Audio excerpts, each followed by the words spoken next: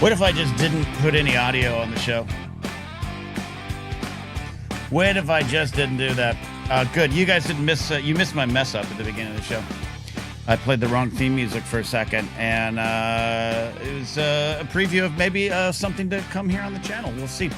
You'll never know. You'll never know. So this show is just starting with my face and the music cutting in right at the beginning. We're blathering here on a Memorial Day, at least here in the United States of these Americas. Yeah, there you go. We're here. Producer Steve joined us here in a second here on a Monday. And that's it. Is the audio on? Will, is that a delay? Sometimes it's delayed. Are we back on? Are we back on? I think we are. I'm just going to pretend. Okay, Jared says I'm good. If Jared the TIE pilot says I'm good, I'm good. There's always a little delay from me to the chat. Will McClaim is making a joke? Okay. All good. All good, everybody. It's, the ongoing battle with tech that I go with. I just, I'm insecure. I'm like convinced everything's going to collapse all at once. How are you all doing today? We weren't even supposed to be here today. I'm happy to be hanging out with all of you here on the show. Yeah, I was going to wake up early and do a Monday morning show live today. And you know what? Late night comedy show last night, the alarm went off and snooze. And I went, you know what it is? It's, some people are having, barbecues today. Maybe I'll do it. It is Memorial Day. We do want to take a moment to acknowledge that here. And of course, the true meaning behind it. Declaration Day was what it was called. This, of course, is something that came about after the Civil War to honor Union soldiers who had fallen, and that kind of extended, I think correctly so, to the rest of the military world and to those that have fallen. Veterans Day, of course, those who have served now, past, present, and even in the future. Memorial Day, more for those that paid the ultimate sacrifice. That still means a lot to me. I know it means a lot to you out there, and some people in our audience have served and lost folks that they knew and loved in the line of duty. I just wanted to say that. And if you have any more thoughts on Memorial Day, this is the place to share it. All right. Yeah, it's not just about the barbecues. I mean, I think it's also, go enjoy the day if you got it, because I do think that's also part of what some might view the ultimate sacrifice to be. All right. Not barbecues and hot dogs and meats on grills, but the people that you're spending the time with, the friends, the family, the connections, and the ability to just take a deep breath and enjoy the life you have. I think that's part of what they fight for. That said, as breaking news of the United States launching another attack on southern Iran today, literally an email came across my news desk here. I have a news desk in the last couple minutes on Memorial Day. It's just, it's maddening to me. And if you look at, I'll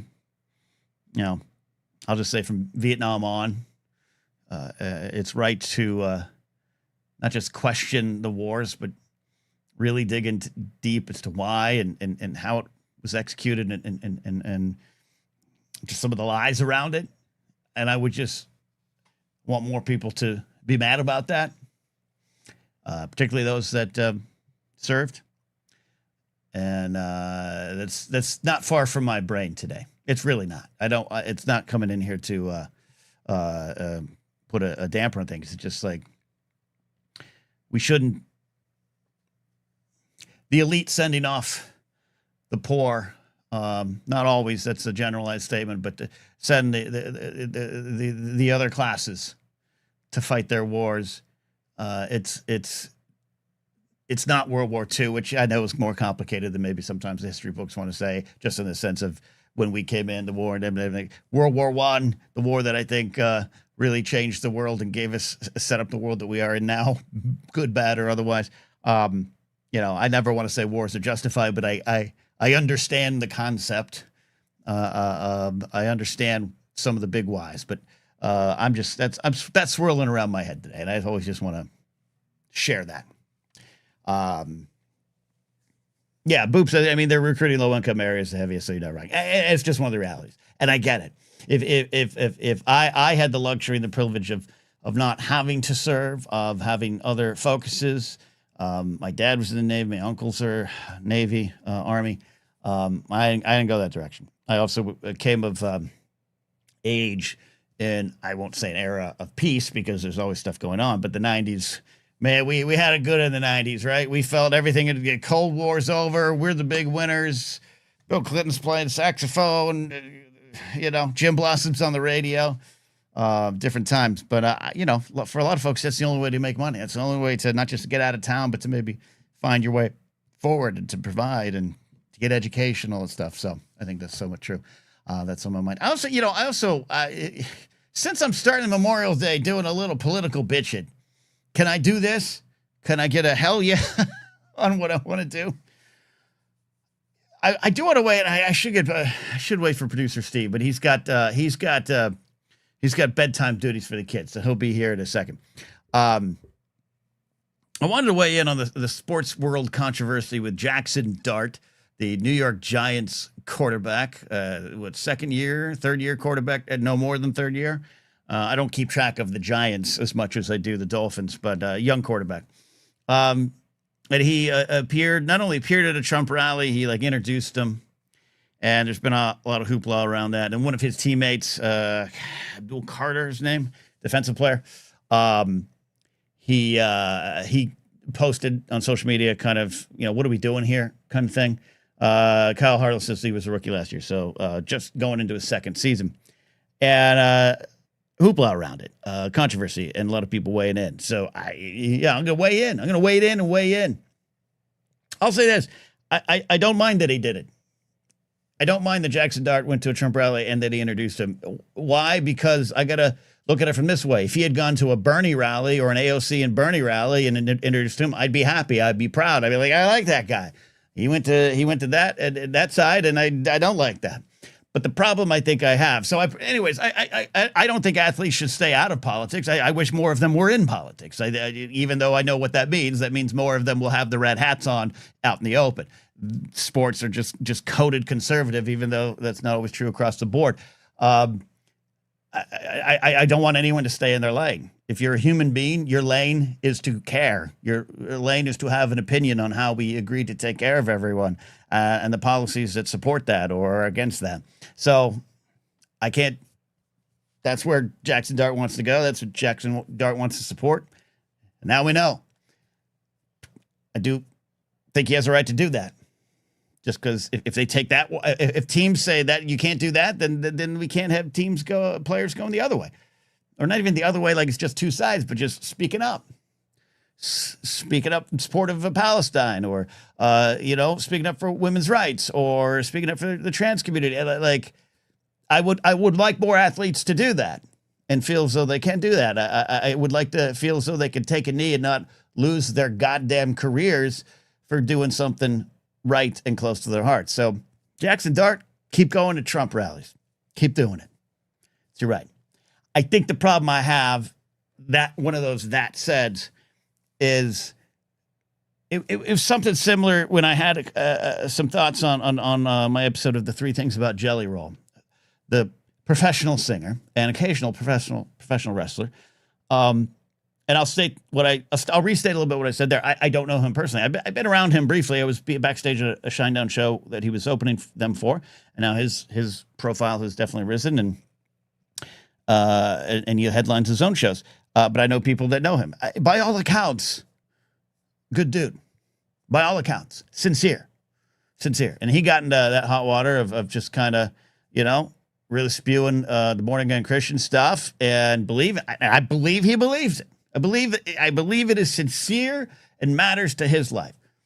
But then he wanted to back off on the politics things while also showing up and taking photos with politicians on the right and all that kind of stuff. Again, his right. I just get upset when it's like, this isn't normal anymore. Meaning, not that it was ever, I don't know if it was ever right, but if an athlete in 2004 went to a George W. Bush rally and introduced him, maybe we shouldn't have been as kind to that now, then as we wouldn't be now. But we're not in those times anymore. Maybe we always should have been in those times, is my point. And when you just don't understand what's happening, you're not just going to a president that represents a party that you feel represents you. You're standing up for so many absolutely horrendous policies. This is what we talk over Culture, Faith, and Politics with Pat Conkey. Trump is the policies.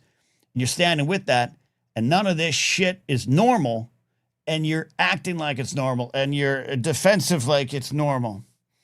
And someone like Jelly Roll saying, I'm just a good Christian and I'm not here about politics. Got it. But we're not in those times anymore. And if you choose to speak openly about the Christ you love and follow and believe in, and people like Mike Johnson and Josh Hawley and many others, horrendous representations of Christ like Franklin Graham, Eric Metaxas, Mark Driscoll, these names go on and on and on.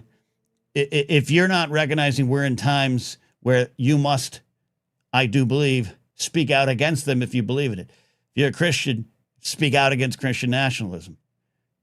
Unless you agree with it, and you just don't want to say it. But it's not normal times. So on the surface of it, Jackson Dark, go to all the rallies you want. Go to all the rallies you want. That's what you believe in. And we do have that right. But you have to understand what you're doing. Put your whole weight behind it, I guess. I'm the starting quarterback of the New York Giants, and I really hope to take the rights away of people. I love that. And I'm going to a rally to support it. Lean into it. It's not for me to comment on the locker room. That will work out itself. But I got to imagine starting quarterback who's going to take the franchise forward is going to be the one that stays, not another player. So that's where I'm at. That's where I'm at on it. And that's it on that. What else is going on? When producer Steve gets here, he's going to unveil something that we forgot to unveil on Saturday's show, but I think he did a test run. I think he did a test run on Blathering Gaming. Are you subscribed to the Blathering Gaming? You should be. You should be. He did secure the Tech Pilot. So a lot of you might know. I'll just say it. It's a voicemail thing. It's a voicemail box that we're going to work. We're working out the details. I'm trying to see where we're going with it. I don't want it, quite frankly, to turn into a schmobot. But I think it's a great way to hear the voices of folks and the people in my audience who can't always watch live and can't always call in or don't want to call in or a little shy on calling in, a little shy on commenting. Maybe that might be what you do. And really happy producer Steve is a man of ideas. And when he gets here, we'll go into that. We'll take a call quickly soon here. I should say not quickly, but soon from Jared the Tech Pilot. Alan Smithy. I want to shout out Alan Smithy here. Alan says, is it Blathering hand and body cream? I put it away. I had it up on Force Center Live. And Eli was there too, Fragment. So last night I had Joseph and I anchored the Star Wars themed comedy show at Flappers, the Control Alt Delight series they have over there, and I was allowed to kind of take it over. And I brought the Mandalorian and Grogu Bath and Body Works body cream called Force Flow. Giggity. And I brought it to the show, and I was just having fun. I didn't do a big set. I was kind of more emceeing the show and coming up and doing little giveaways and everything. Hey, Eli got a coloring book last night. Alan, what did you get? You got a Funko Pop. Alan got an Admiral Akbar Funko Pop for my personal collection. But I had the dumb idea to come on out and put the body hand cream on myself, and then I offered it to the audience, and I squeezed a little dollop. Well, I squeezed a medium-sized dollop into the hands of every audience member, and it's pretty pungent. I think it smells good, but on one person, when you have a little boop, boop, I was like, and the whole audience, the whole room and audience smelled like Mandalorian and Grogu body cream to the point that it was overwhelming. And it was hilarious. Now, I'll say this. I want to talk a little bit. In this age of making yourself feel bigger than perhaps you are, I had a show last night. Joseph and I anchored it. Jackie Cation, Mike Black, Josh Snyder on the show, as well as Dewey and Holly, the Flappers host. And we didn't have a great turnout, man. We didn't have a great turnout. Very small amount of people. And I just wanted to be honest with that, transparent. This is probably something I would have talked about on the Monday morning show this morning if I got up early enough. And I love to lie to you and say, gosh, the rafters were shaken. That my name alone attracted so many people. They didn't. They didn't attract a lot of people. It's not just me. It was an early show at 5 o'clock. It was an all Star Wars show. So if you don't like Star Wars, you might not want to go see a comedy that's Star Wars. Also, it's kind of expensive. And I really, really, really am grateful that people like Alan Smithy and Eli and Brady show up to these shows and support. It means a ton. I took a bath on the show. Not a windfall for me. I pay my talent. I pay the comics who show up on my shows, and I pay Brian Ward to design the posters. So it's a loss. And I can be I actually was bummed about it a little bit later in the evening, but I woke up this morning and I just but this is the reality of what it is. This is the reality of the times we're in. And I'm so thankful to the people that did showed up, and we all had a good time. It was a great show. The audience made it what it was. My body cream wasn't the greatest, though I do think it smells okay just on one person. I want to thank everyone that showed up. I just want to be honest with all the people out there. I'm sometimes a failure, but last night was not the case. We're going to take a quick break because remember, all shows this month are sponsored by the motion picture in progress, The Arbiters, which is a 2D animated film I've been talking about. I usually wear the shirt, but I think it's in the wash. We don't want a stinky shirt. It's put on. It's being created by my friend Phil Sedek and the team. Check out Phil's interview here on the channel. Play a quick break from him. Then when we come back, producer Steve's here. I am raising $5 million to fund a 2D animated feature film called The Arbiters. In the spirit of Princess Mononoke and Suzume, it follows Adia's quest to find her lost friend, only to uncover a sinister plan that forces her to confront ancient elemental forces and her own inner turmoil in order to save humanity. I've written the script, assembled the team, and we're actively storyboarding the film, with over a third already completed. All that to say, this isn't just an idea, it's already in motion. Now it's about finding the right partners to help us take it all the way to completion. If you know investors, studios, or collaborators looking for bold, original animated storytelling, I deeply appreciate an introduction. And if you don't know anyone directly, you can still be part of the journey by supporting The Arbiters on Patreon and following the project as it develops in real time. All righty, producer Steve. Thank you, Phil, for that. Thank you, Phil, for literally sponsoring every program this month. Appreciate it. You got a top knot on, my friend. The audio listeners should stop what they're doing and click on the YouTube video at 1912.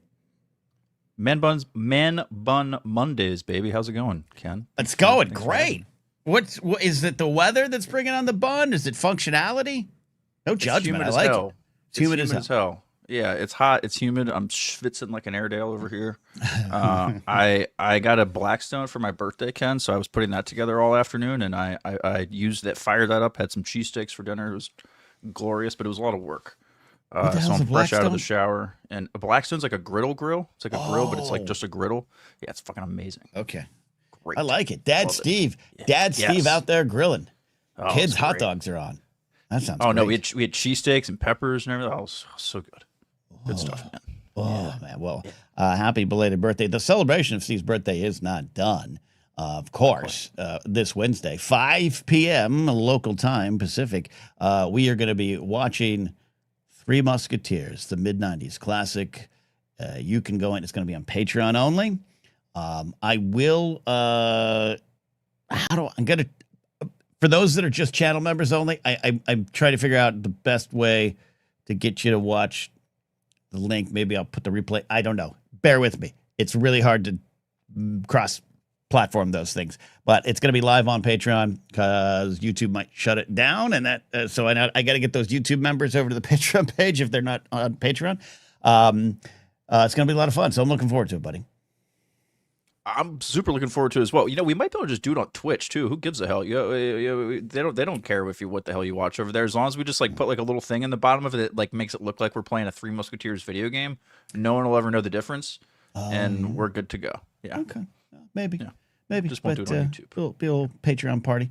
I do need to get we need the file. You have the file? I got you. Dog. You got the actual file of the movie, the digital copy yes, of the movie. Okay. I took the VHS because I have, of course, the VHS copy in the plastic, squeaky case that they had in the '90s of the Disney movies. Went ahead and used my VHS to MP3 Magic Box onto the computer, and yeah, we're good to go. Love it. Lines Absolutely and all. love that. Love that. Wiley sent a super chat. Thank you for that. Thank you for your service with these streams. Hey, I'm here for you. I'm here for you. I had a tough time I wanted so much to just not do anything today, Steve, but we're here. Okay? Don't call me a hero, but we're here. Oh, no, I mean, I would never. But we're here, and I'm glad we're here. It was a quiet Memorial Day weekend for your boy, considering the weather sucked, so kind of that's right, ruined home kind of weekend. So yeah, ruined your travel plans. I'm sorry about Indeed. that. Update: have you been following? Have you folks outside of California or even outside of SoCal been following the Garden Grove chemical crisis? Okay, I heard when you say Garden Grove chemical crisis, is this the thing I heard that was like there was a chemical leak spill thing, and I thought it was like a headline out of The Simpsons, and they were like, telling people they had. Yeah, so this is a California thing. This would happen to you, California liberals. It's the city of Garden Grove, which is, it's an Anaheim suburb. It's not far from Disneyland. And yes, there is a defense contractor that has a plant there. And it's like across the street from a neighborhood, an elementary school. There's a high school in the neighborhood. It's a thing. It's just, there's a plant right there. And they have in these, big kind of, what would you call them? Tanks, chemical tanks. They have chemicals, and the chemicals it's with an M. I would not even know how to say it right if the name was in front of me.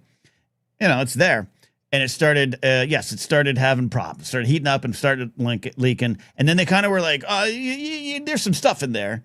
And then eventually they're like, it's this thing that is devastating to human beings. And 50,000 people have been evacuated.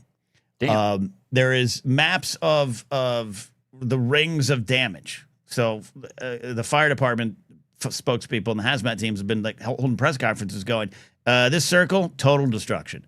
This circle, maybe a little bit of total destruction. And the others, and then there's like the chemical with the wind. If the wind goes and like it would reach Disneyland. They in the last 2 hours they've said that the threat of explosion has been eliminated because there's cracks in it. But for this entire 3-day period here, Southern California the news out of this has been two things are going to happen: a chemical leak that will cause massive health problems and issues, or an explosion that will cause massive issues. Those are the only two outcomes. So right now we've eliminated the explosion, and it's not affecting me directly, but it's been the weirdest news. I just don't know if anyone is following it. Yeah, I saw it pop up on the news. I saw like the headline of it. I just did a quick search while you were talking, and the chemical that is spilled is methyl methacrylate. Addy will be able to tell me if I butchered that too bad, but that's about where we're at. Methyl methacrylate. I think that was it.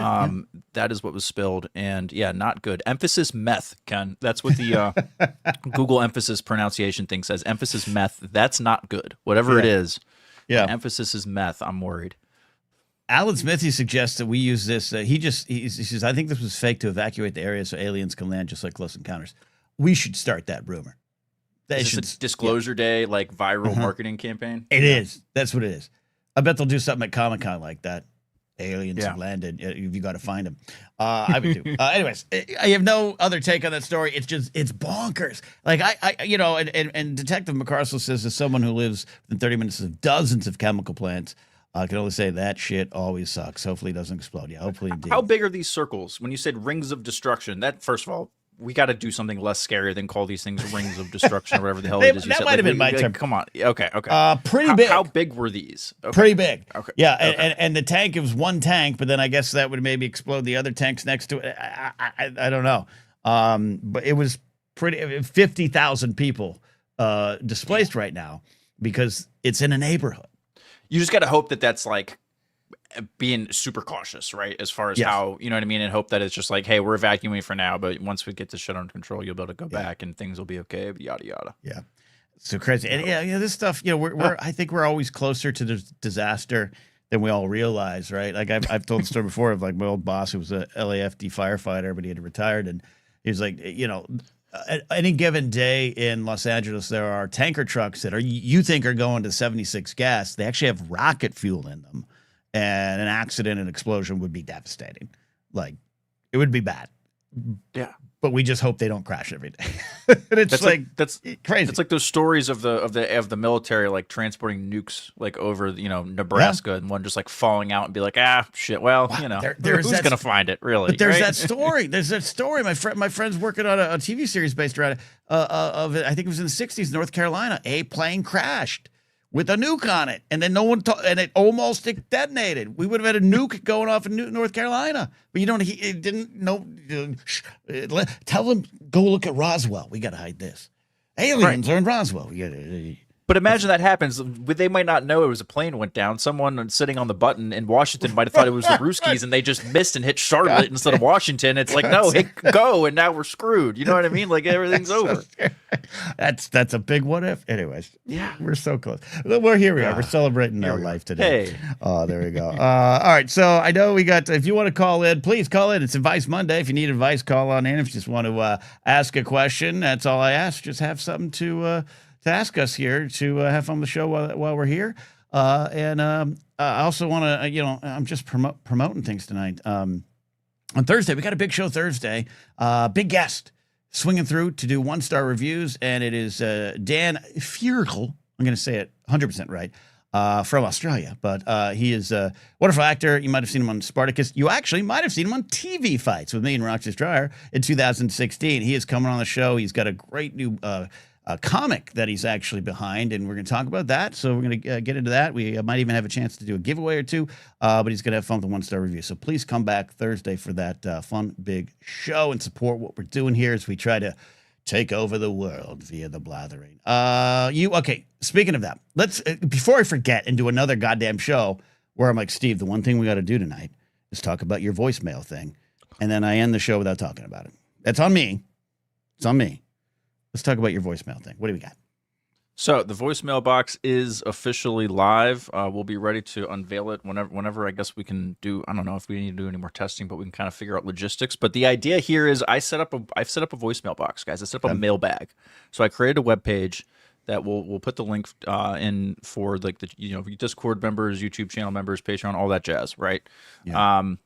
And or maybe we'll set something up that if you're not a member of any of those things, you can send kind of tip and you can get the link and something like that for something. Right. We're trying to expand the bubble in which we can get you folks to call in and make it a little less scary to do so. Maybe you're a little worried about calling in live and you think Ken's intimidating and all this kind of stuff. So the voicemail box is a page that you go to. You'll be able to upload an audio file or just boom right there record a quick message with your microphone, whether it's your phone or your computer. And that's going to send an audio file to me.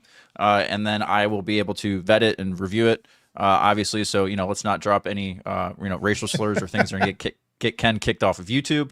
But I will be able to review them beforehand. And then we'll be able to, maybe do some kind of like a mailbag segment, Ken, where we can do some cheesy music in the background and play some voicemails and answer people's questions. If you have a fake impersonation you want to call in with that you don't have the courage to put your name behind, call in and give us an impersonation. We're looking at you, JMB. Stuff like that.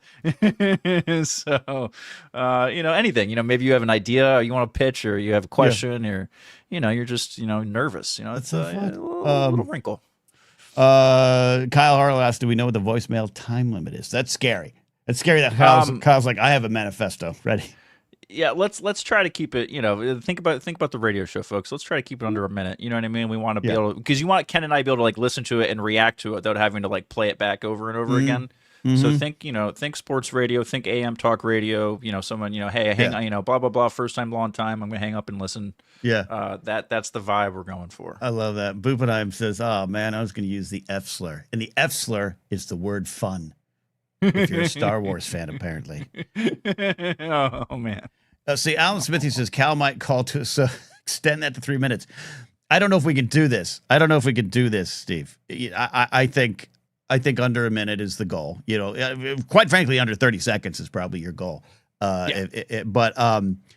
The shorter the better. Let's be totally honest, folks. The shorter the better. But you get your point across. A minute is a long time. Stand on a comedy stage for 1 minute and figure out how long 1 minute is. But if we'll call it the cow clause, and if you want to pay for extra time, we'll take your money. We'll take your money. Sure. But we're not guaranteed to play it all. They're all added a disclaimer on the site that's like, there's none of this. Yeah, nothing is guaranteed, especially because you're not paying to have the message played. But you are at the risk of moderation, and the joke has to land. It has to read the room, all that stuff. So. And I think we're calling this the Holmes clause as well, where folks like James Holmes and Dave Mackay and those who are in other parts of the world who this stream's a little bit too late, we can finally hear your voice. Narcolepsy says so. It's a 900 line, and you know what? Actually, it is. I think we should add, if you call in and pay leave a tip, or you're a member, I give you the latest in pro wrestling news.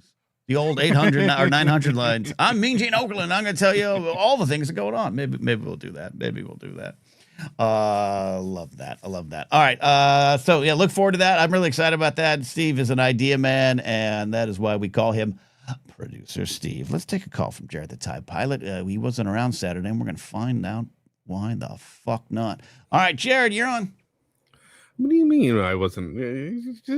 Shit happens. Would you have a life or something? I mean, what the fuck was I doing Saturday? I can't even remember. I think I was working. You're probably bombing out in the alley. I get it. Yeah, shit happens, bro. Shit happens. Kyle Harlow was right. 50 cents the first minute, $50 each additional minute. That sounds about right. What's on your mind tonight, buddy? Oh, God. I forgot what I was originally going to call him about, because I need to know, guys, am I going senile for the second day in a row now? Because I went to work for like an hour yesterday to just touch up my beer cooler and whatnot. And I left my fucking car running the whole time in the lot. It's right next to the front door, and the cameras on it. And just now, while enjoying the stream here, the sun has gone down. And as the sun was going down and it got dark enough, like, why the fuck are my headlights on? And I go outside. My car has been running for 3.5 hours. Oh, wow. I'm sure this is not an EV. You're not plugged in. It's a hybrid. Okay. So the question is, are you going senile? No. Just today, I opened up my refrigerator, and then said, "Oh, I got to do that thing. And I came back, and it had been open for an hour. So am I going senile? Is it spicy brain? And you've got a stew of spices? I don't know. Or Steve, is it just that there's so much going on in life that this is part of it? Was the food still cold at least? Like you didn't have to throw the chicken out or anything like that, right? Steve, I'm having one of those weeks where I'm going to report that there's not a lot of food in the fridge to get cold. Or fair enough. Okay. Well, then glass half full. At least you didn't. It was open for an hour. Nothing went bad. You're right. You're right. Jared, what's the result of what happened? Like when you go out, the car's fine. I was just I'm just like, I did this yesterday and then I did it today. Like, how am I forgetting to turn the car off? What is going through your head? Let's analyze that then. So you're driving home from work or wherever you're going, you pull in. What's on your mind when you get back to the home? I usually go through my little checklist of keys, phone, inhaler, and in I go. Yeah. And no, the actual one that helps me breathe. Okay. Sure. Daddy's little inhaler. Okay. All right, you go through the checklist, but what is on your mind lately? Let's say, are you just like, I got to get home, I hate my job, or you got or my stories are on. Is there something weighing down your soul right now? Probably my therapist would probably tell me yes, and I'm refusing to deal with it because Okay. life be like that sometimes, and you just don't want to deal with it sometimes. This is why I now bed rot till like 3 a.m, because if I go to sleep, that means I have to wake up, and when I wake up, I have to deal with my shit. I don't want to do that sometimes. Nah, I get you. Sucks. All right. I don't think you're going senile, buddy. I just think you're slightly, whether you feel it or not, you're subconsciously overwhelmed, like all of us. And I think you should be kind to yourself. I would also make sure your car is shut off. Yeah, no. Luckily, I live in the woods, so I was nothing bad. But I live in a small town there, Stevie. I don't actually live in the middle of Boston. I'm just close enough. Well, don't try that in a small town. I was worried it was just like a laser bolt situation. Like, are you? No. Like, okay. No, right. small hick town. Unless you're in the cities, the state's pretty red. Yeah, Boop says it right. It's difficult to be a person right now, to be honest. I absolutely think that's kind of what's going on. From any way you slice it. Any way you slice. In fact, when friends ask me, I saw a comic last night I hadn't seen in a while, and they asked how's it going? I know I should just be like, good. I don't feel that's honest, but I don't want to blah. And then they got blah. But also I feel that means we're connecting and getting through it together. That's my advice. Steve, Jared, what's the line when someone asks you? Steve, I got it. Living the dream. How you doing, buddy? Living the dream. Ken. That's what it is. That one of those white guy dad things? Like, let's rock and roll when the dinner check comes and you pay it. Time to roll. Yeah. Oh no. Yeah. I mean, it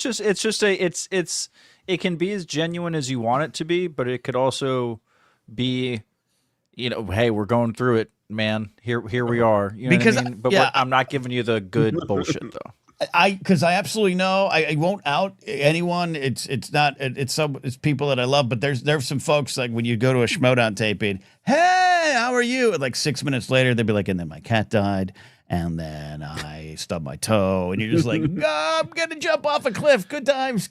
Oh, I think I heard the match starting. So I don't want to be that, right? But I do want to also be like, I had stale graham crackers for breakfast. Like I just want to tell them that.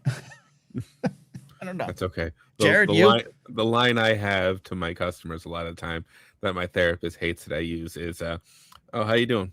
Woke up breathing against my will. The gun jammed, so I showed up. I like it. Not dark or anything. It's dark, but I like it. I like that. Detective McCarson says, I usually go with making it or I'm here. Yeah.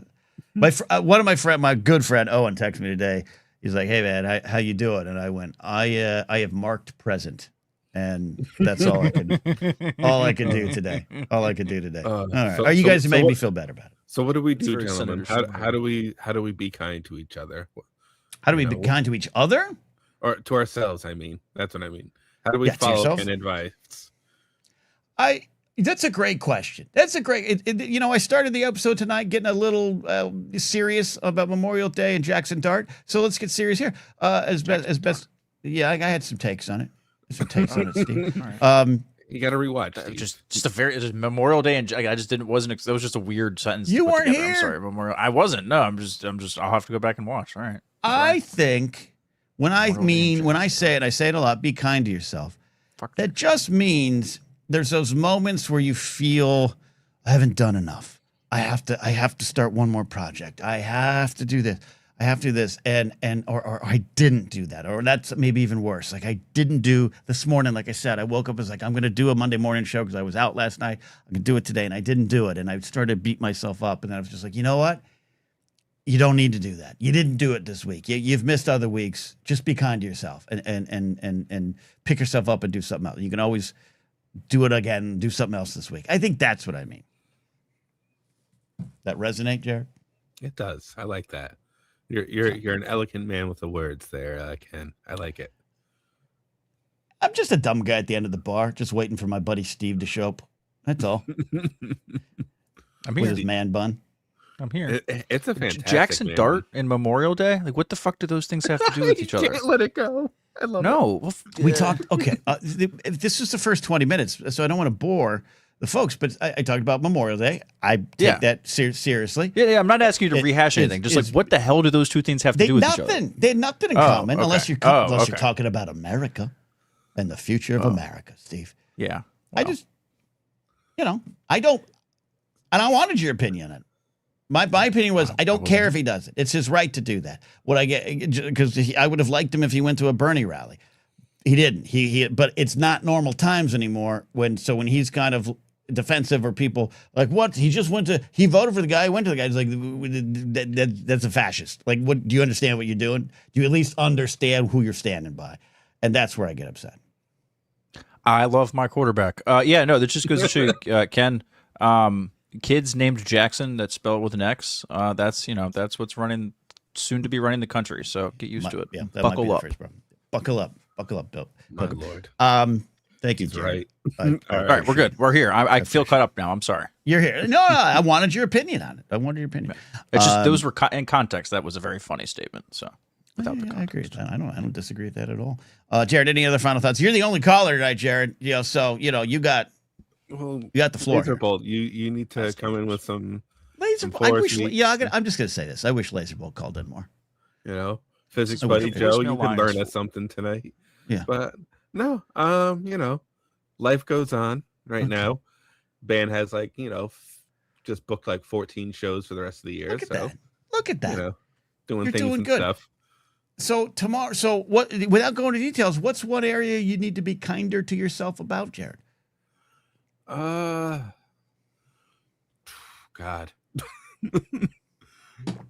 I'm a pretty self-deprecating guy, so just I guess an overall general kindness to myself, because I will put myself down on anything and everything. I love that. I mean, not for you. I do that to myself. It's a hobby. Yeah. Yep. Yeah. Self-loathing. When it dives into self-deprecating can be charming. Self-deprecating can be like, okay, this guy's not leading with ego.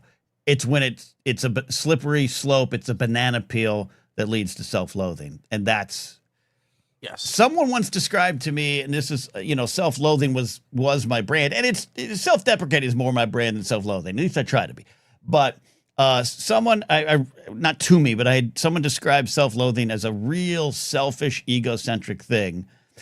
And I took offense to that, because I was dealing with real depression and everything. And when I realized what they're saying, and I maybe I don't 100% agree with it, or maybe it should be parsed out and discussed.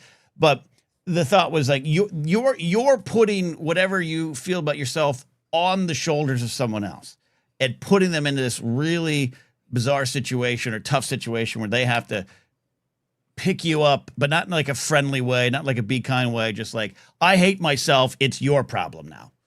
And I kind of came to agree to that a bit. Thoughts? That makes a lot of sense to me, actually. I like that, because I'm definitely the self-deprecating type, because it doesn't need to be anyone else's problem. Like we just went over. How you doing? I'm here, man. That's all you need to worry about. I showed up. Yeah, I agree with that. Yeah. Steve, anything? Steve. So, I don't mean to like pick on you, Steve. No, I know. We're waiting for Steve to jump in. You got like this 1,000-yard stare going on tonight. You're kind of just. He just came running in. He put the kids to bed. The humidity's at 90. The kids my life is a 1,000-yard stare lately. Listen, I think Ken put it a good way with the banana on the self-deprecating humor. Like the first line is okay. The first line is funny. When you start like I'm not your therapist, dude. Like you know what I mean? Like you don't rag on yourself like 3 or 4 times in a row to the point where it's like, because now I'm an asshole if I continue to laugh, because now I've laughed at you in 3 or 4 different separate instances or ways of jokes you've made against yourself, and now the picture you have now painted of yourself to me is you're a schmuck. So why would I? You know what I mean? Now you're making me look like an idiot. So no, I'm not a big self-deprecating humor guy like repeatedly. Yeah, I look. And you, I mean, I call myself a dumb guy at the end of the bar. I think it's kind of funny, but it's that. But like, it is when, and I think I did go too far. I think that I was, why? Because I was fucking severely depressed. Like that's what's going on, and that's when you need to start working on it. If you can, see it that way, I guess, or if you're privileged enough to get the professional support and everything. See, look, we're getting deep tonight. Steve shows up and we're deep. I like it. It's a good Monday. Hey, Mondays are good these days. Hey, I like getting serious. You know, the Blathering, when it first, I always mold my shows as they go along. This is a radio show. It's hard to market a radio show that's about everything and anything. But I want to make sure I can get serious. I want to make sure I can get silly. I think that's actually, what we do. That leads me to a fun little question there, because I think you've got the perfect name for that style of show you just described, of the Blathering. How did one come up with such a good marketable name? This is a great question, and it's about me, so I feel like you're kissing the ring, and I get to talk about myself. I actually think the better name was something that I had already put out there and had done shows on, but it was in a different era, and I was figuring out what to do, and that was when I had a show called Ken Goes Live. I thought KGL had a good ring to it. I thought it was purple and black was the color, or pink and black were the color schemes, and I liked it. I liked that. I really was. I really like, and then I just stopped, and I didn't know what to do with it, and it's basically the same show, but mostly by myself. The Blathering started on Patreon only, if y'all recall, if you're back in the day, because I wanted to kind of get back into talking about things, and I was specifically remember why I started it. I was fucking pissed at the fucking movie talk world, and still am working through a lot of resentment, moving past, trying to make sure that I work on myself and don't put it on the feet of other people, whether I like them or not still. And I wanted to motherfuck, and I wanted to do it on a Patreon. And I think the first episode is a little bit about that. I still get it. I don't like the world. I don't think they take in art correctly, and it really angers me.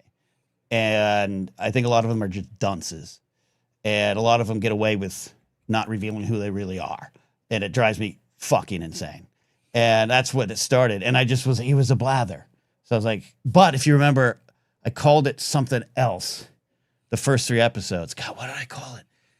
And my friend Eddie Peds and his buddy Jerry Roca, 2 comics, they had a show with the same name. I was like, oh, fuck. So I by the 4th episode was a Blathering. That's the story. And that's why I called it. It's a good story. It's a good name. I'll get out of here. Let Physics Buddy Joe come in. But you guys stay safe. Love you.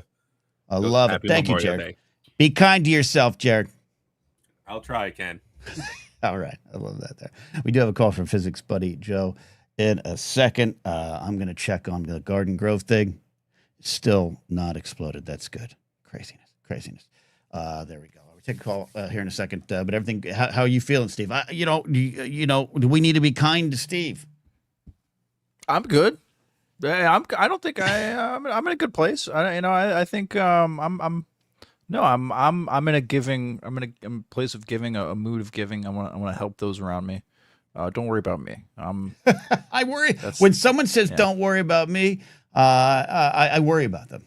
Yeah, that's okay. That's fine, and I appreciate that. But like one of those things that gives me anxiety is when I know people are worried about me and they don't necessarily. Really? Like when they don't need to be. Yeah, it's just one of those things. Like I will never accept like money from people. Kind of like someone's like, oh, here, let me I'm kind of a pain in the ass to go out with, like on places, because I hate when people pay for me for stuff. So I'm like, oh no, let's split the bill, or like let's do the thing where it's like, one person pays, and I like if we do the whole like big bill and you pay, I'm like Venmoing you immediately. You know what I mean? Stuff like that. Yeah, I hate owing people money. There's some logistics in that. I understand where you're coming from, and I don't know if it's full alignment. Call from Physics Buddy Joe. Wiley's calling in here too as well. Stick around. I don't tell me if this lines up at all. In my battle to kind of stay afloat in the last year or so, I've been fortunate enough to have some folks help me at times, and that includes audience members, present company included. And it's so, oh my God, that something I really need right now, because that's just where I am. Capitalism is this game, and if you fall down, it's hard to get back up. And so I'm always thankful. It feels also really shitty, which isn't necessarily the right thing. Case in point, if I'm invited to lunch where there's a couple friends of mine, we go to our friends' lunches, they know I probably can't pay because we usually do, one of them will get, we don't split it. And they don't even question anymore right now because they just know I'm going through some stuff. And one, man, I love them for that. Two, God, that fucking hurts. There's a lot of shame attached to it. And I don't know if you feel that at all, or am I going too far? You're just like, no, I just don't I like paying. I don't know. No. I totally understand. And I think, I've got people in my life who are in, I think what I would assume are just kind of a similar situation. And the assumption is, the assumption is there more of like, I'm doing this not because I know you can't, but because like, this is one of my ways of being a good friend is like, right here, I can do this for you. You do other things for me in other ways that are not either like monetary or blah, blah, blah. But like, here's one of my ways of showing support is when we're out, I buy the drinks or I get us lunch or whatever it is. You know what I mean? Stuff like that. Right. And it just so happens that in that dynamic or that relationship that's the person who needs that financially because they can't, if they want to hang out with everybody and be participating in the other things that, they would need that kind of help along with that, which is, hey, we're the one inviting you to come do this thing that you may not have the expendable, or the disposable income to do or whatever. Right. So, because I always feel horrible whenever we've had situations like that where it's like you invite someone to do something and they say, oh, I can't, I just, I don't have the money to get a ticket for that or something like that. And you're just like, not fun. And what's funny is there's been other times in life, where I was in a better spot. I don't, the most money I made in a year on paper was at Collider. They paid me well, which was part of the problem. We shouldn't have paid anyone well, and we would have stayed afloat. I had some friends in my life, needed a plate of tacos, and I was having to get it. So I never felt, I wasn't like, fuck this guy, I got to get him some tacos. I loved him. He's my friend. I was here to help him. So, but it's weird when you're in this other spot because it isn't like, hey, we're all on equal footing and you got this one, I got next. It's like you said, and it feels it is. But what I've learned or what I've tried to come to grips with, especially with some of the big help I've received, is you kind of dishonor them or lessen the impact of what they were willing to do by feeling completely lost in the shame of it, if that makes sense. I'm not my therapist. Yes. Yeah. Because you don't want to contribute. I'm not trying to contribute to you feeling shitty. I'm trying to help you. Like, you know what I mean? At the end of the day, like, I don't want to help you on paper, but then make you feel shitty. You know what I mean? Like mentally, right? That's not the point. No, dog. Like, we're all in this together. Here, take the win. And I've been trying to get to that point. So, anyways, more serious stuff tonight here in the Blathering, but I like that. Let's get Physics Buddy Joe on here. He's got a pet peeve, I think he said, that he wants to talk about, and do it. Oh, sorry. How's my internet, Steve? Is it going in? You're looking better now. You're looking better now. I got it. You know what? It's been all day, and I'm plugged in with the Ethernet. I'm 900 down and 40 up. But even on Force Center today, I just think my router's a little tired, and there's a lot of people using stuff all day. It's been frustrating. So, but thank you. You went blurry for a couple of minutes there, but you're nice and clear now. It's clear now. At least on my end. Yeah. No. Okay. Good. I watched the stream on the side to make sure. I just hadn't clicked over, and I think at some point we just have to admit that the internet is a mystery. It is. Even smart people can't figure it out. But speaking of smart, who knows what's going on in there? I was gonna make my Bad Bunny at the halftime joke again, Ken, because who knows what he was saying there. Maybe one day we'll find out what's going on the internet. The blithering lives says narcolepsy. Speaking of smart people, Physics Buddy Joe's here. Physics Buddy Joe, thanks for calling in. What's your pet peeve, man?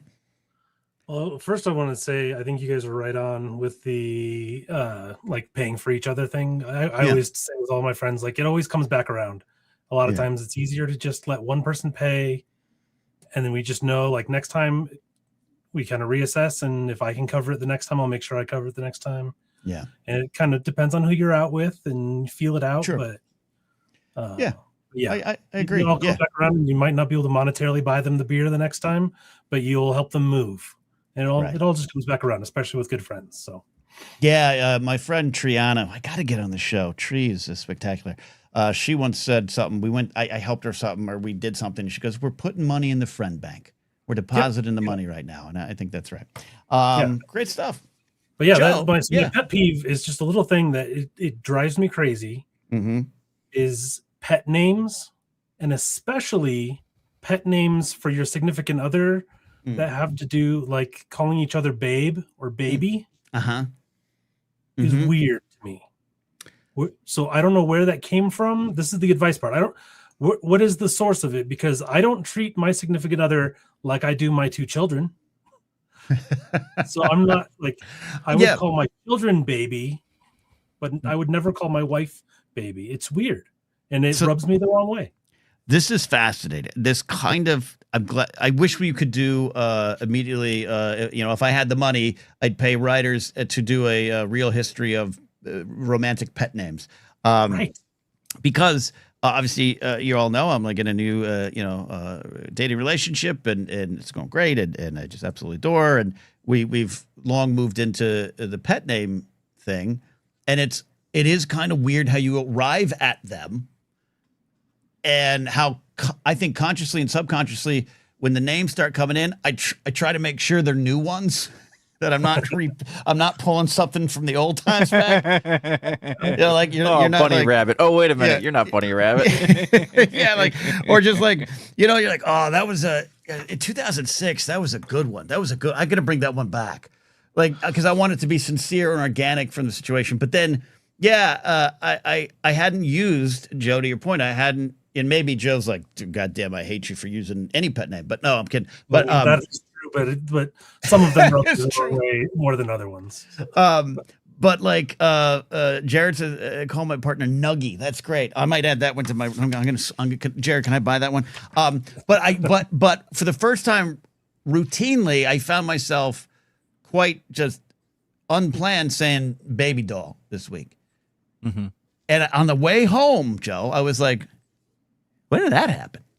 Like, when did I pull that card out? And I don't have anything wrong with it, but I do think, I don't know. I'm with you, Joe. It's not a pet peeve of mine, but it is a weird byproduct. And I don't know the alternative. I don't want to call them by their name.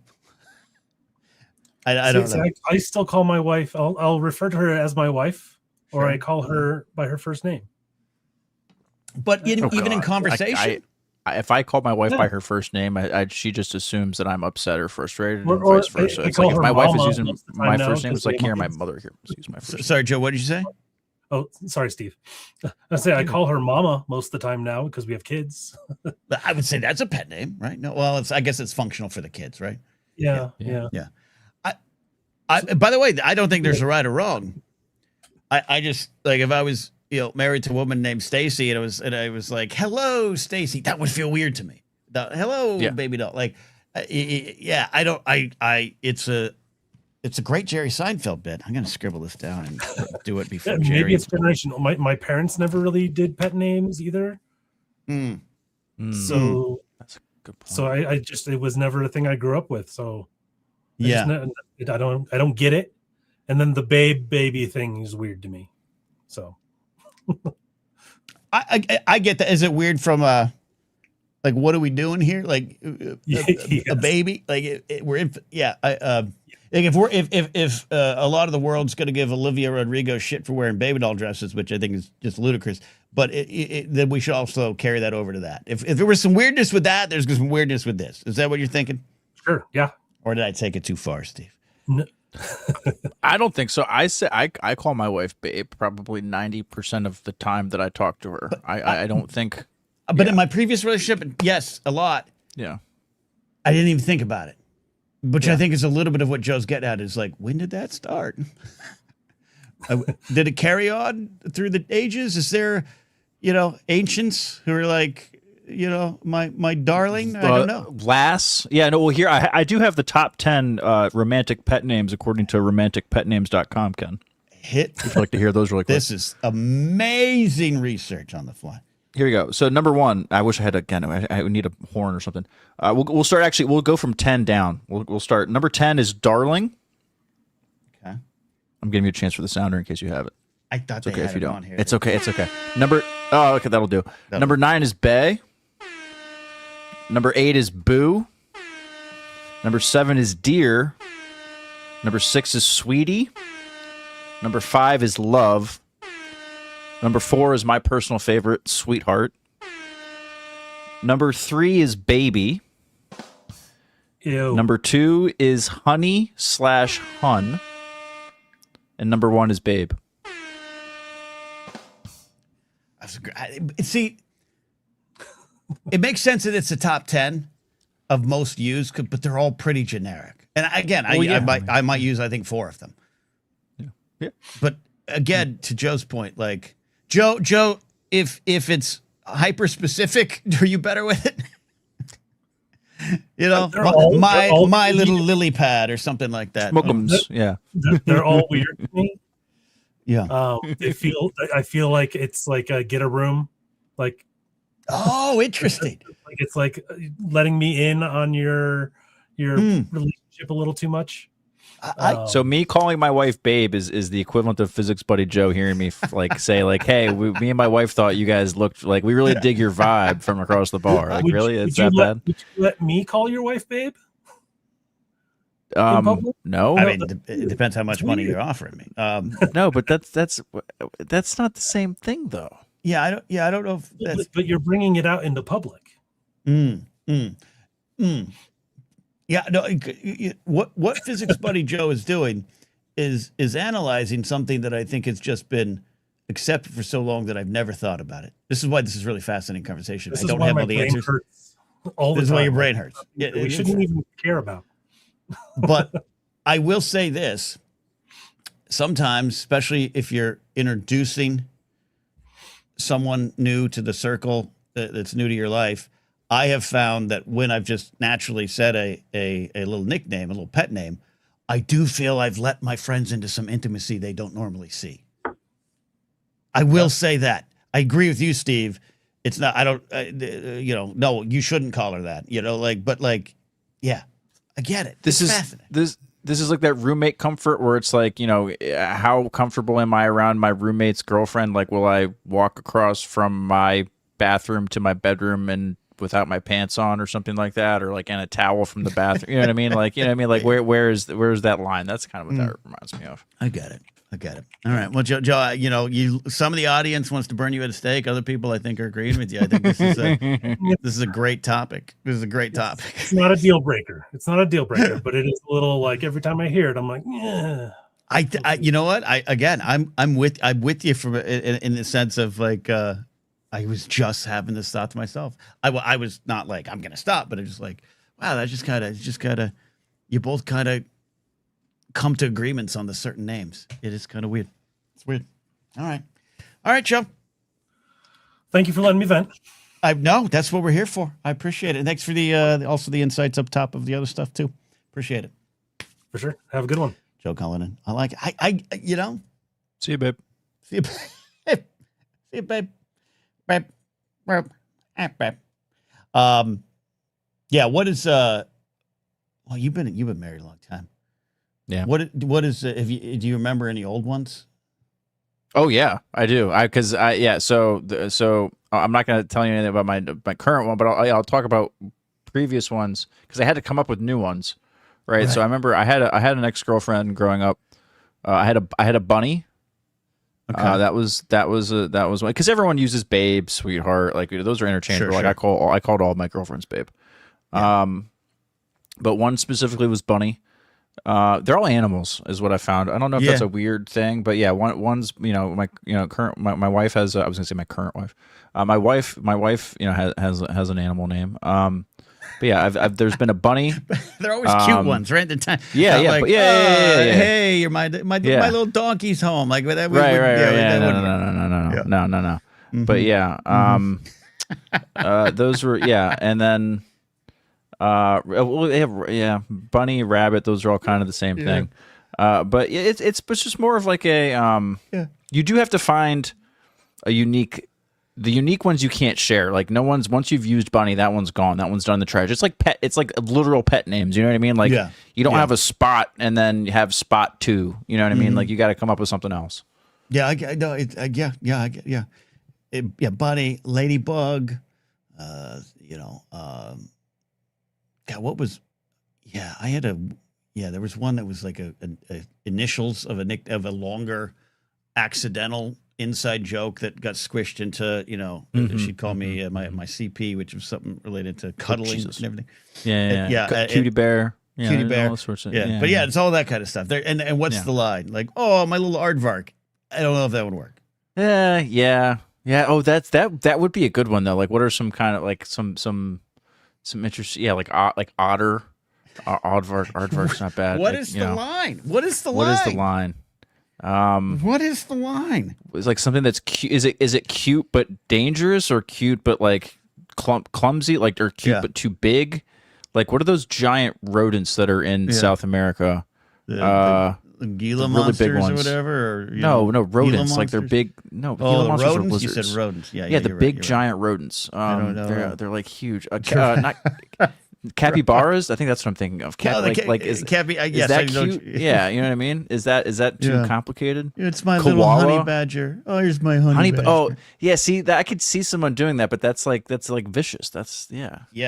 I mean, much respect on the honey badgers. My little honey badger. Scarlett was going to take that capybara. This is a great thing for the voicemail line. You know what I mean? Yes! Call into the voicemail with what was your funny pet name? You know what I mean, that you used for someone. You know what I mean? This. So yeah. You know what? Again, thanks to Physic Buddy Joe. He that was a conversation starter. That's a radio. Conversation That's a starter. radio. That's a topic radio for call. sure. My Alan sweet says, blobfish. I call my girlfriend a giant South American rodent all the time. And I love my little possums that are in the backyard. See, that's not. But I wouldn't call my lady, you're my little possum or opossum. Yeah. Yeah. It sounds. Skunk's cute, not going to but be the one. when you think Oh, about it- come here, little skunk. No. Well, Pepe Le Pew. No, maybe I don't know. Then we're just in a harassment. Now we're just being problematic. Oh, see, that's one of my. That's. Yeah, never mind. That's one of my. One of the ones that got that I don't know. I felt bad for. Pepe Le Pew got a bad rap. All right, I got He's a crunchy skunk. internet What do you again, want huh? Is my internet crunchy A again? little bit. It's okay. Should I do a refresh? You can try. I'll be. All right, I'm not going let's do it. anywhere. All right, Steve has the helm. Hold on. All right. Let's see if we can do it.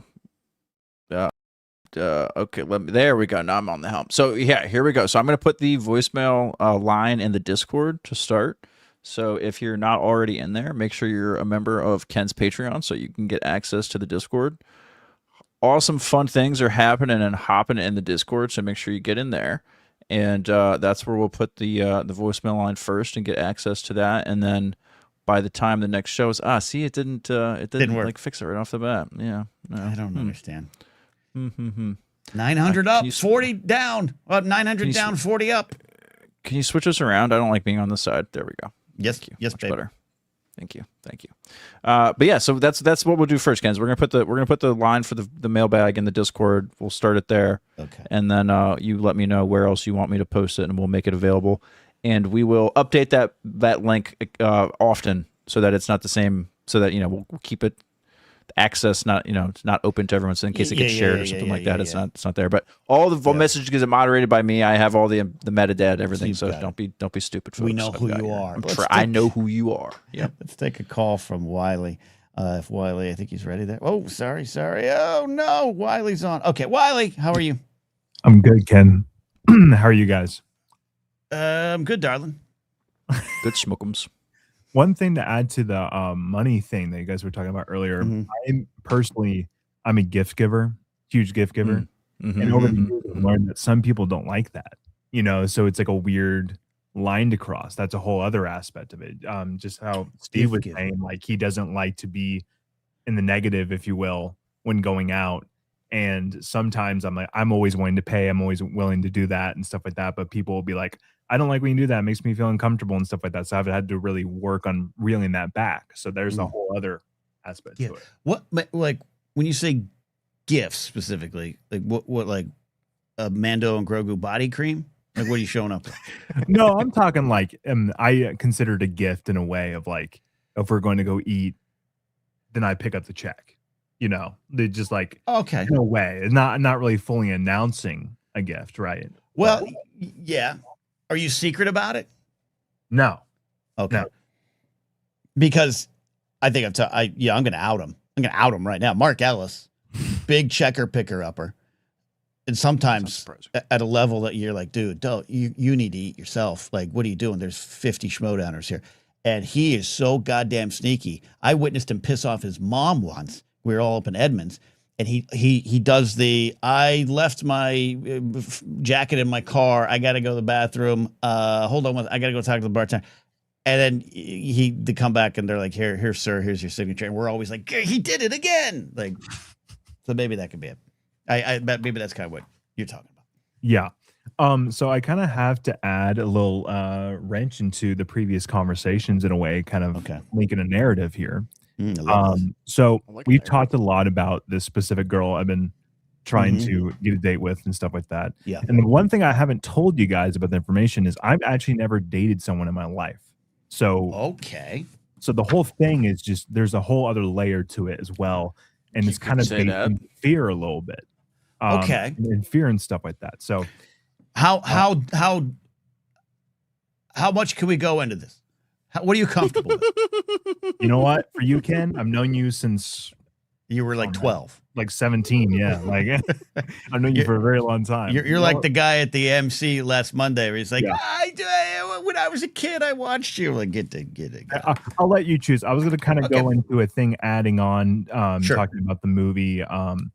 What's it called? I just blanked on it. Hold on, give me 2 seconds. I'm trying to think of it.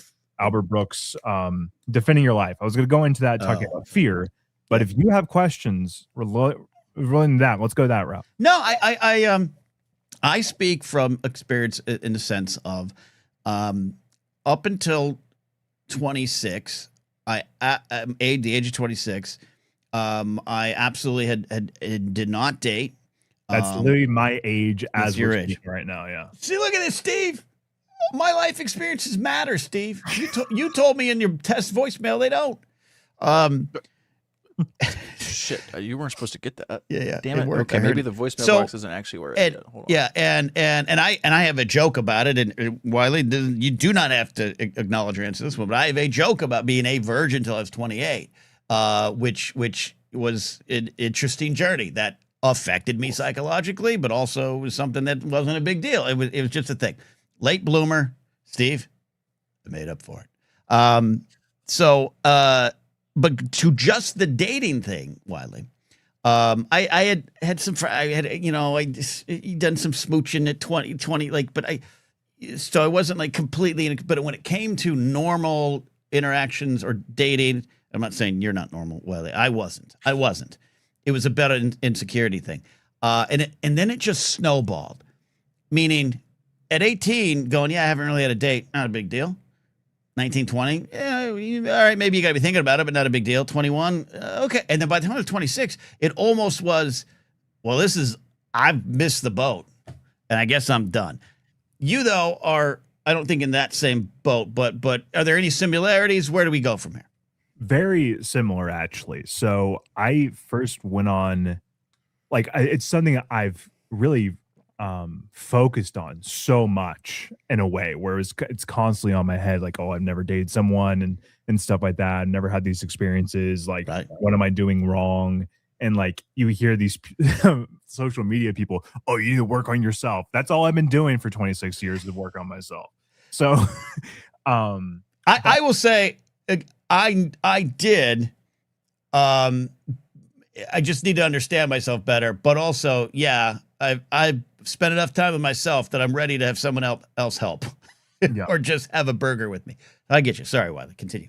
But I first went on actual dates with people last year, and it kind of, like you said, snowballed. It was like 4 or 5 and like a close proximity and stuff like that. So I did that. But one thing I started to notice is as things were starting to happen, it just became really fearful, and I wanted to attract myself from it. Like I wanted, like, then maybe this was going somewhere, and I'm like, nope, I'm out. Screw this. Okay. And actually, funny enough, this happened yesterday, and the same experience where it was getting closer and stuff like that, but I wasn't fully feeling it. And usually, when you talk to my therapist or other people, like, oh, you feel it out, you really understand. I'm like, I don't want to feel this out. I'm out. I'm going. Like, I'm peacing out. Brady agrees. This is feel that. Okay, so this is interesting because part of it too. It was not like I was completely isolated. I lived in the world. I worked in a job. I was funny. I was uncomfortable talking to anyone, but particularly women. Particularly if a woman, like, if I felt a woman flirted with me, I was like, I's got to go, and I find a reason to leave. So I understand that, but also there was interactions I had. There was interactions meaning like, you know, friends or women that I was attracted to, and they were attracted to me, and I felt like, hey, you know, maybe we should do something. I did have a couple dates, you know, and then in my head, I remember thinking, because of my upbringing, this is where maybe I differ from you, Wiley, because of my upbringing, strict kind of hyper religious upbringing, I legitimately had the fear. I'm like 23, 24. If I have sex with that woman, we're married. And I don't want to marry her. What am I going to do? And I would collapse and run away. So that was my tale. No, that makes complete sense in a way, because not in that way, but like in my head and how my brain works is the best way I like to describe to people is how most people thoughts go is like, in your head, think of there's like a Velcro piece on the top of your brain. And every thought is going by, right? Yeah. And most people, it just goes on by. You have a fleeting thought, but mine works where it sticks to the Velcro. So when I have a thought, just a simple thought, it will stick there for a while. So when I have a worry or fear, it really sticks with me and messes with me psychologically. So like, so like you were saying, like having the fear of like, I don't want to go, I'm going to go to, I'm married to this person. Like that little thought would stick to me and I would think about it intensely in a way. But you said you're actively in therapy now, right? Yeah. I started about 2 years ago. Yeah. See, I was still a few years away, and I wish I had earlier to help me understand myself. Yeah. And then, So yeah, I know this is another fascinating conversation. I don't need to go too long on it, but I don't think it's weird. I don't think you're alone. I think for a lot of different reasons. Now, on the other hand, we have Steve, who started smashing at 13.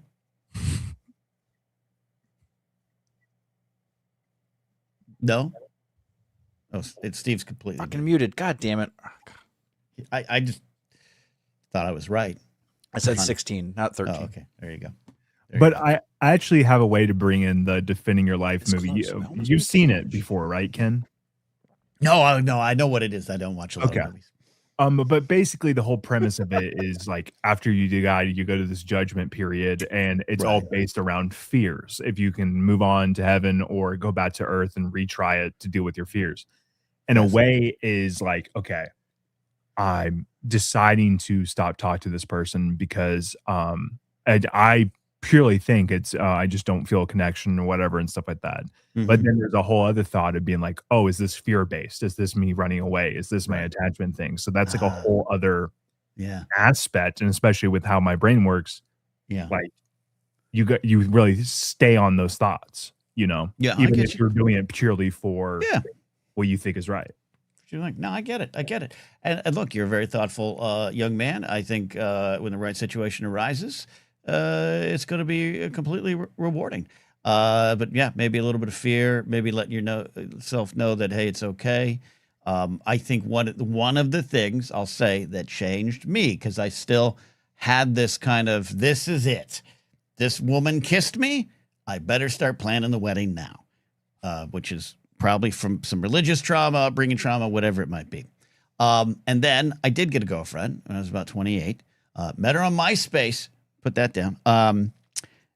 And 2 months in, we ended it, and I walked away. And I hope she's doing well. I didn't. It was a little bit of a bad breakup, but we ended up kind of being friendly enough a little bit after. It was the greatest thing for me because it snapped me loose of all that stuff I had experienced. I still take every relationship seriously and where it could go. But I just was like, oh, I get to have a little say in this too. So does she. But I also don't have to continue doing something I don't want to do. That makes sense. Yeah, it completely makes sense. It's just, it's weird especially when you're in therapy, as you know, it's like, oh, are you doing this out of fear and stuff like that, or the good thing? And it's just like a difficult thing to navigate. So it is, but we are getting to the serious things here, and I appreciate it, Wiley. That is a great question. I'd say keep us updated, but maybe post in Discord if you're on a date. Just take a picture. Tell her, hey, I got to take a picture and post it at. I'll bring him on for an interview. Wiley, don't do that. Wiley, don't do that.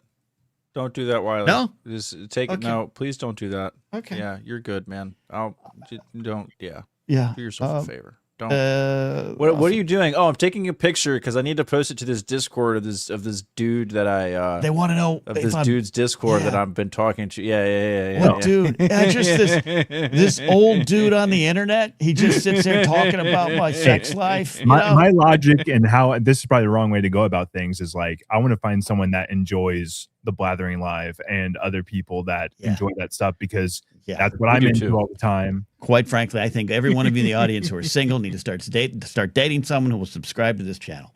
I've been asking that for years. Some comments. Green Area Hugo says, "Tried growing up in LA without a car. Oh, I went out with girls, had girlfriends, all who drove well into my 30s. I was maybe 38 when I rented a car to ask a girl on a date, and he says." We're still together. Laserbolt says, every woman I've dated asked me out first. I always felt like that's why it never works out. But you know what, Laserbolt? He's fine. He's got his force meets, and he's good. Brady brings up something really good. There's also another factor which I can't really afford to date frequently. That is very much a concern this day and age. This is also why when you see those articles about Gen Z is not fucking. Yeah, no one can afford accidental babies or birth control. Yeah, or medical insurance. Yeah, I wouldn't too. There you go. Some thoughts of people who agree with you. And Physics Buddy Joe says, just don't call her babe. And I think we're solid. Wiley, I appreciate you, my friend. Thank you so much. Oh, hold on, Wiley. Did you yell at Cody Hall the last time on the Wangers when I asked? I did. I sent a super chat, and Christian got like upset. He was like, "All right, well, tell Ken." He got defensive a little bit. Oh yeah, that's right. I wasn't attacking Cody Hall. I was attacking Christian Ruvakava. Oh yeah. Yeah, and he got a little bit defensive. So you might need to shoot him a text and stuff like that. Yeah, but I tried. They got Eric Striffler on tonight. They don't need to hear from me, but I will. I appreciate that. Thank you, Wiley. No problem. All right, there you go.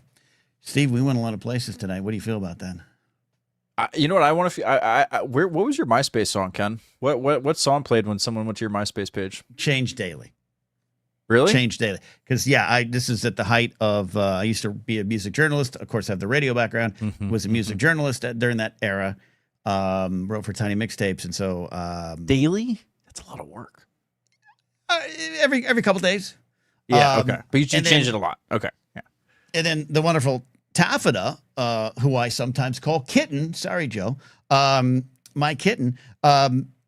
She was one of those people that was like, "Oh, I HTML'd the hell out of MySpace to my page." Right. Yeah. And she had like an entire playlist featured on there when you went to her page. Yeah. Same playlist. Yeah. That's how I learned HTML. And MySpace is what taught me HTML as a youngin. So that was my introduction to the whole world. I mean, if it wasn't for MySpace, Ken, I wouldn't know how to do things like build you a voicemail page. That's God bless Tom. God bless MySpace. It all comes together. And the day they expanded to top 15, took a lot of pressure off.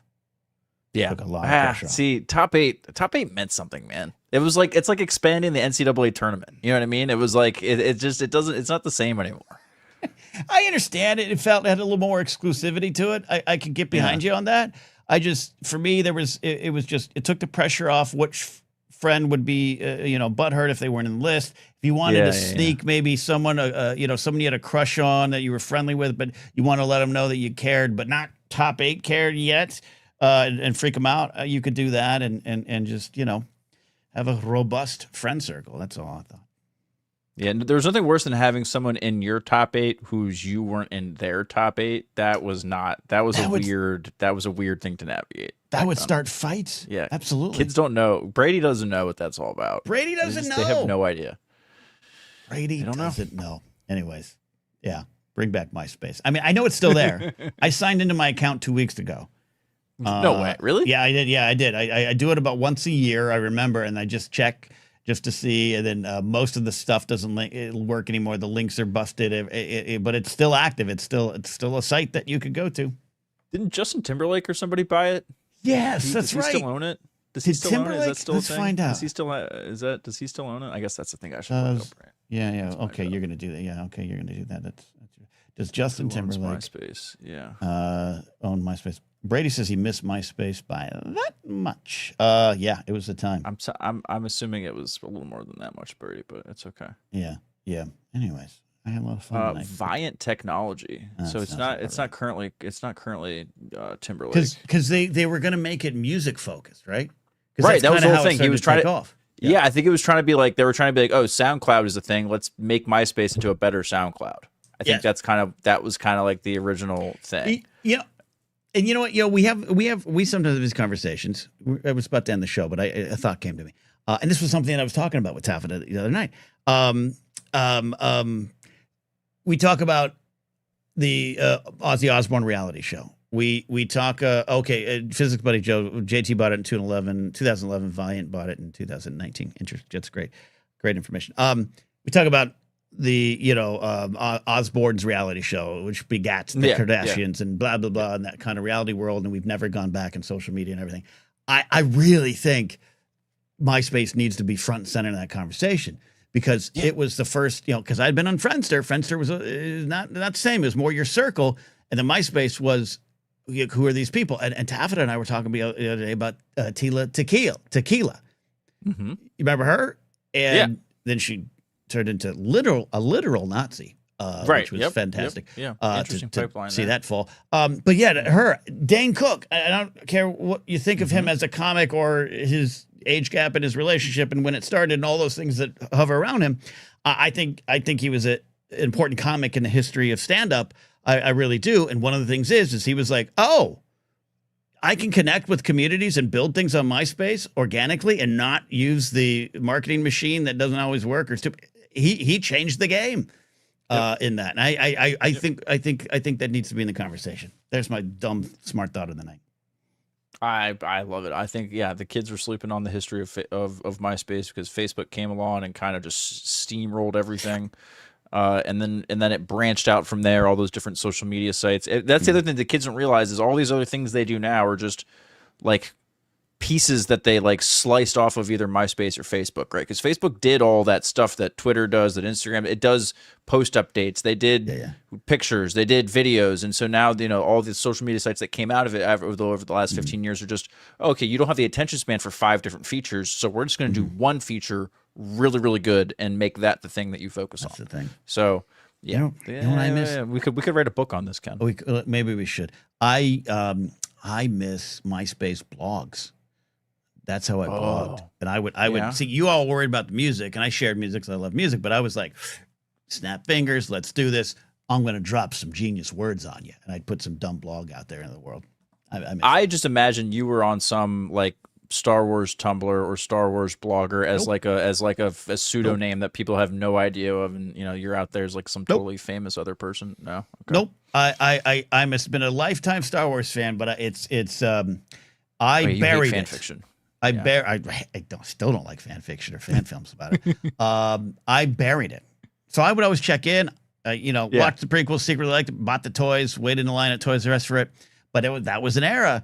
It was still the, you say you're a Star Wars fan, that would lose you dates or friends. But online was your Underground Railroad. That was your secret identity. You're absolutely right. No? I did not know what any of that. I'd heard. That's what you needed. That would have got you laid 10 years earlier. Chat rooms and all that kind of stuff and forums. I did not participate in any of it. Gotcha. I didn't. And good listserv back in the day. It was a lot of fun. Yeah, none of that. But it was about 2005 or 6 where I started to get pulled into it, and that is also why I was a late bloomer when I was working with Matt Key and Matt Mercer and Jack Conway and that crew in the 2010s and 11s and 12s range. They'd make a reference, they'd all laugh, and they'd look at me, and I'd be like, I have no idea what that is. And they'd be like, all right, bring up the video from 2007 from E-Bomb's World or something. And I got an education. I just didn't take that deep dive. And I wasn't, I buried the Star Wars thing until Schmo started and then Jedi Alliance and was like, oh, we're back and we can do this. Talk about this now. Yeah. We're out in the light. Okay. There we go. All right. So here's the deal. Wednesday night, 5 p.m. If I remember. No, I'm going to remember. We are going to be doing Three Musketeers, the mid-90s classic in honor of Steve's birthday, because it's a formative movie for Steve, and he called it. It's going to be on Patreon. Sign up now. Any tier will get you there. I'll try to figure out what to do with the because a lot of you are just members, and I love that. Please be a channel member. Figure that out. I want to honor all of you that support But it's going to be a lot of fun starting at 5. We'll Jim Jam a little bit, watch the movie, and have some fun. But that Steve's unveiling the voicemail thing. We'll do a little test run on Discord, then we'll bump it up to channel members and just the Patreon page. We'll go from there. A lot of good stuff. Stick around, everybody. I don't have theme music to end the show because I went to the wrong pad. Was it? Was it a horn? Was it a tugboat? What the hell was that? It was. I've been trying to twirl my mustache like Tim Curry. Yeah, there we go. We'll see you then. And Thursday, Dan Fiergel's here. Got to be good. It's going to be a lot of fun. See you then. Bye.